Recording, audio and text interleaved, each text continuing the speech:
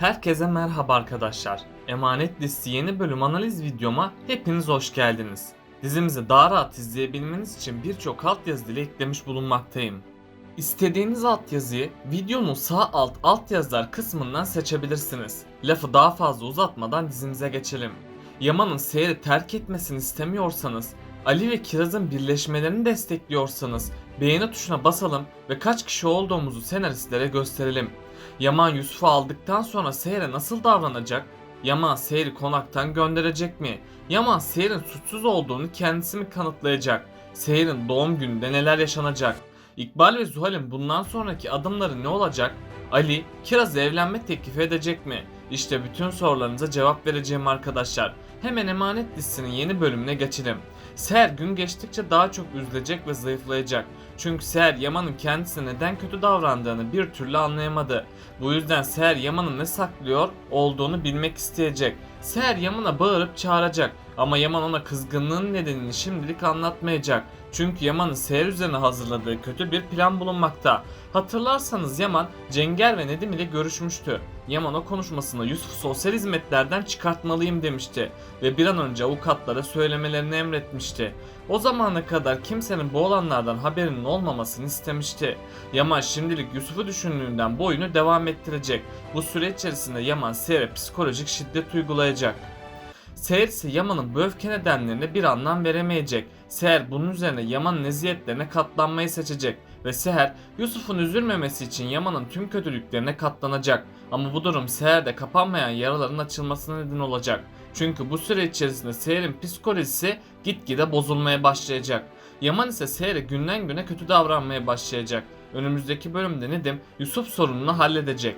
Bunun üzerine Nedim Yaman'ın yanına gidip durumu anlatacak. Yaman da gerekli evrakları sosyal hizmetlere gönderecek. Bunun sonucunda da sosyal hizmetler Yusuf'u Yaman ve Seher'e verecek.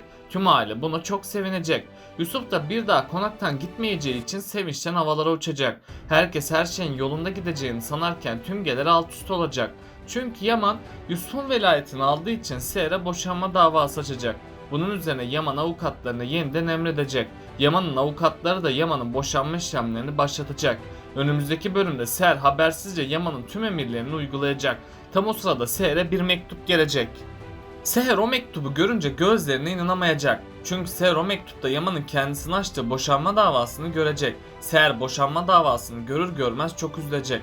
Bunun üzerine Seher Yaman'ın yanına gidip ona hesap soracak. Ayrıca Seher Yaman'a neden kendisinden boşanmak istediğini belirtecek. Yaman ise Seher'e tüm gerçekleri tek tek anlatacak. Seher ikinci darbeyi de sahte kanıtlardan yiyecek. Seher Yaman'ın söylediği sözleri duyunca kendisini savunmaya çalışacak. Seher defalarca Yaman'a kendisinin suçsuz olduğunu söyleyecek ama Yaman Seher'e asla inanmayacak. Yaman tam o sırada çocukluğunu düşünecek. Yaman annesinin evden kaçtığını hatırlayacak. Babasının da intihar ettiğini gözleri önüne getirecek. Ayrıca Yaman annesinin kendisine söylediği sözleri hatırlayacak. Yaman o sözleri hatırladıkça Seher'e bir kat daha öfkelenecek. Çünkü Yaman'ın annesi ona baban gibi olma demişti. Ve ondan sonra bir marangoz ile evden kaçmıştı. Yaman da hayatın getirdiği zorluklarla çocukluğunu şekillendirmişti. Eğer Yaman'ın annesi o sözleri söylemeseydi belki de Yaman çok farklı birisi olacaktı. Hatta Yaman kadınlara düşman değil saygılı, yardımsever davranacaktı. Bu nedenle Yaman Seher'e şimdilik asla güvenmeyecek. Yaman ardından Seher'i konaktan kovacak ve bir daha ona dönmemeye karar verecek. Aslında Yaman'ın sorunu babasının acizliğinden kaynaklanıyor. Çünkü hatırlarsanız Yaman önceki bölümde babasının mezarına gitmişti. Yaman babasının mezarında bir konuşma yapmıştı. Yaman o konuşmasında ben de sana benzedim baba demişti. Sen neden buradaysan ben de o yüzden buradayım diye söylemişti. Yaman'ın bu konuşması Seher'e olan aşkının öldüğünün kanıtıdır.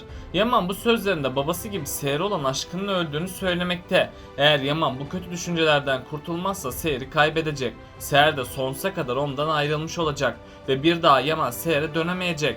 Ama büyük ihtimalle Yaman büyük bir hata yapacak. Yaman sosyal hizmetlerden Yusuf'u alır almaz Seher'i konaktan kovacak. Seher de ilk başlarda nereye gideceğine bir karar veremeyecek. Seher Yaman'ın kendisine ihanet ettiğiyle çok üzülecek. Bunun sonucunda da Seher'in psikolojisi tamamen bozulacak. Seher'in psikolojisi yerinde olmadığı için kendinden geçecek. Hatta Seher dikkatsiz davrandığı için yaralanacak. Bunun sonucunda da Seher hastaneye kaldırılacak. Ama Seher'e her zaman olduğu gibi yine hiçbir şey olmayacak. Nadire anne ve Fırat ise Seher'in hastaneye kaldırıldığını öğrenecek. Bunun üzerine Fırat ve Nadiren hemen hastaneye gidecek ve Seher'e bir şey olmadıklarını gördüklerinde rahat bir nefes alacaklar. Seher ise kendisine olanları bir herkese anlatacak. Fırat Seher'e olanları duyunca çok öfkelenip Ali'nin yanına gidecek. Ali de Seher'e olanları Fırat sayesinde öğrenecek. Ali bunun üzerine Yusuf'u Yaman'dan almak için dava açacak. Ayrıca Ali ve Fırat Yaman'dan hesap sormaya gidecek ama Yaman onları kovacak. Ali ise Yaman'a kinlenip onun bir açığını aramaya başlayacak. Seher bu süre içinde Yaman'a kinlenecek. Hatta Seher Yaman'a dönmeyeceğine dair bir yemin edecek. Seher'in Yaman'a olan aşkı bir intikama dönüşecek. Çünkü Seher Yaman'ın kendisine yaptıklarını hatırlayacak ve ondan intikam almak isteyecek. Seher ardından kendi ayakları üzerine duran bir kadın haline gelecek. İkbal ve Zuhal ise iyice rahatlayıp tüm iktidarın kendisinde olduğunu sanacaklar. Bu yüzden konaktaki kötülüklerin bir süreliğine ara verecekler. Ama Zuhal'in daha farklı bir amacı olacak. Zuhal Yaman'ı elde edebilmek için onun çevresinde dolaşacak. Ayrıca Zuhal her gün Yaman'a daha çok yakınlaşmaya çalışacak. Eğer Zuhal Yaman'la evlenirse tüm Kırımlı mirasının kendisinin olacağını sanacak. Ama Yaman Seher'in açısından asla Zuhal'e bir şans vermeyecek. Ama sonradan Yaman Seher'in kendisini Selim ile aldattığını düşünecek. Bu yüzden Yaman Seher'i cezalandırmak için Zuhal ile birlikte olabilir. Yaman olur da Zuhal'e bir şans verirse bu onun en büyük hatası olacak. Çünkü Seher Yaman'ın kendisini aldattığını görecek. Bunun üzerine Seher büyük bir hayal kırıklığı yaşayacak. Çünkü Seher tamamen Yaman'a güvendi. Ve Seher Yaman ile hayatını kurabilmek için çok çabaladı. Hatta Seher bu yolda zorlu mücadelelerden geçti. Yaman da Seher'i aldatınca Seher artık asla Yaman'a dönmeyecek. Yaman da intikamını Seher'den aldığını sanacak. Yaman ise Seher'den ayrı kaldığı için gizliden gizliye üzülecek. Cenger ise Yaman'ın bu üzüntüsünü fark edip ona bir öneride bulunacak. Cenger, Yaman'a sahte kanıtları tekrardan incelemesini söyleyecek. Yaman ilk başlarda kanıtları incelemek istemeyecek. Ama Cenger'in Yaman'ın içine düşürdüğü bu şüphe onu harekete geçirecek. Yaman'dan gizliden gerçeklerin peşine düşecek. Zuhal ve İkbal de iyice rahatladıkları için hiçbir şeyden haberi olmayacak. Bunun üzerine Yaman tüm dosyayı derinden bir incelemeye çalışacak. Bunun sonucunda da Yaman hayatının şokunu yaşayacak. Çünkü Yaman Seher'in suçsuz olduğunu görecek ve Yaman büyük bir pişmanlık yaşayacak. Yaman'ın hakkına Seher'e yaptığı hakaretler ve suçlamalar gelecek. Ayrıca Yaman Seher'e güvenmediği için kendisinden utanacak. Yaman ardından Seher'i arayıp ondan özür dilemeye çalışacak. Ama Seher Yaman'ı şimdilik affetmeyecek. Seher'in Yaman'a olan güveni sonsuza kadar yok olacak. Çünkü Yaman Seher'e güvenmeyerek son utanç ışığında kaybetti. Bu ışığın yeniden canlanması çok zor olacak. Çünkü Seher bu süre içerisinde Yaman'ın kendisine yaptığı kötülükleri hatırlayacak. Ali de Kiraz'a aşık olduğu için ona evlenme teklifinde bulunacak. Kiraz ilk başlarda bu evlenme teklifini kabul etmeyecek. Ali de Kiraz'a baskıda bulunup onun kendisiyle evlenmesine razı edecek.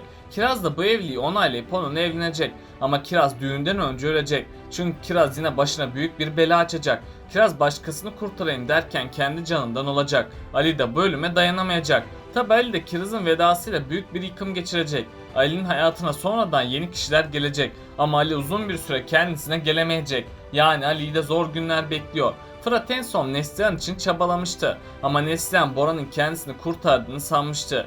Bora kirli planlarıyla Neslihan'ı kandırmaya devam edecek. Hatta Bora Neslihan'ın güvenini kazanacak.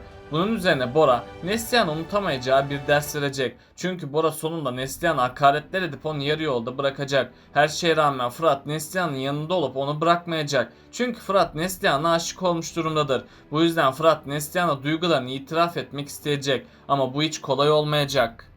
Peki sizce Yaman gerçekleri gördükten sonra nasıl bir yol izleyecek? Aşağıda düşüncelerinizi bekliyorum. Bakalım siz bu konuda ne düşünüyorsunuz? Böylelikle bu bölümün de sonuna geldik arkadaşlar. Bunun gibi videoların devamının gelmesini istiyorsanız kanalıma abone olmayı ve bu videomu beğenmeyi unutmayın. Kendinize çok iyi bakın. Hoşça kalın.